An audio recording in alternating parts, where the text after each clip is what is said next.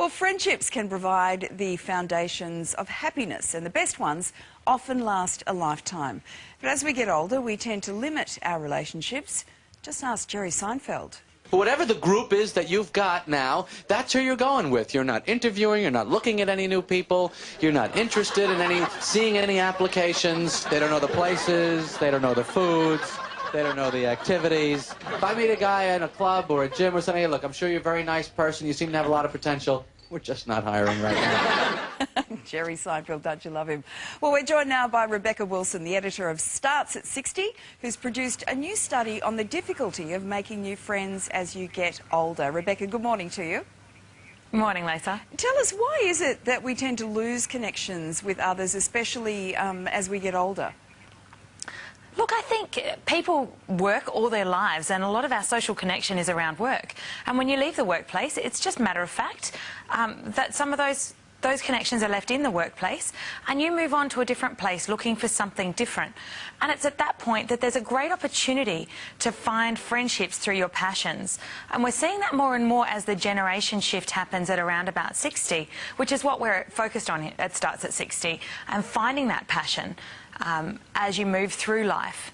It can sometimes, at different stages. I think for a lot of people it can sometimes feel like hard work. You've sort of got to a certain stage in your life where you think, well, I am who I am and I don't want to have to work hard to meet new people. But how important is making sure that we have new friends in our life? Look, isn't it nice to know that your friends fit with who you are today? I think there's a lot of friends we carry through life that are with us because of the history we have with them, but I know I spend time with friends, and people in our community tell us they spend time with friends for the things that they have in common. And I think that's the enlightening thing. 52% of our audience said they couldn't remember when they'd last made a new friend, and I think that's an opportunity, not something to see as negative, because this generation is looking for new ways. Okay, and as we know, we've never had more opportunities to be better connected. So you've got a few ways in which we can make new friends without necessarily relying on the internet. What have you got? Absolutely. The first and most, concurrent with Jerry Seinfeld's opinion is we've got to make a decision to let people in. We've got to decide that we want some new friends, because otherwise we're sitting there with that judgment saying, nope, not interested. And I think the fun part of it is when we open our eyes to it, we welcome it. Great. The next one is, what type of friend do you want to be? I don't know about you, but the ones that make the effort with me are the ones that I tend to move towards, and I think that's what people are telling us online. They like the people that make an effort to be warm. So making that effort, it's got to be one of your decision-making factors. The next one is then to identify places that you have some sort of passion with, whether that's a charity, a club, a sport, something that you are passionate about.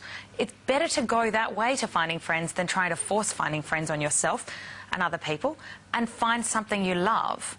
And I think we can all relate to that.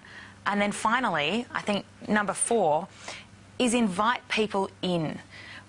We're all probably a little bit guilty of keeping a bit of distance between us and our friends as our acquaintances. As we get a bit older, I'm told as well. And if you bring that wall down a little bit, sometimes it can let people in a way that you might not have let the opportunity do. I don't know about you, but I invite people into my house, and I find that we develop quite warm friendships. And experts say that finding ways to bring people together will allow people to feel more comfortable. And, that's what we're focused on at Starts at 60 at the moment. We're putting together some events where over 60s can come together. It's been beautiful to see the response to how interested over 60s are. I hate to do this to you, Rebecca, but right behind... Oh, no, it's gone. It's okay. You just had a Peter Hitchener moment. It was big, black and very, very ugly, which is everything you are not. But we just had a bug moment on the screen, but it's okay. Bless. You're okay. You're safe. I think somebody got the Mortine out, so we're okay. Rebecca, that made a lot of sense, and I'm sure a lot of people will take your advice. Thank you very much for that. Thank you. And that study and more information can be found on our website. She made it out alive, Carl. Yes. Just before anyone takes Lisa's comments out of context, that's what she was saying was the problem. Behind her. Look at that, it's got a waspy look to it, doesn't it? I wouldn't want that crawling behind my head. Wonder what David Attenborough would say, just as... Again, Lisa? Sorry. What? I just keep putting my foot in it, don't I? Dave's back. There it goes. Beautiful stuff. Creature was defeated. It was.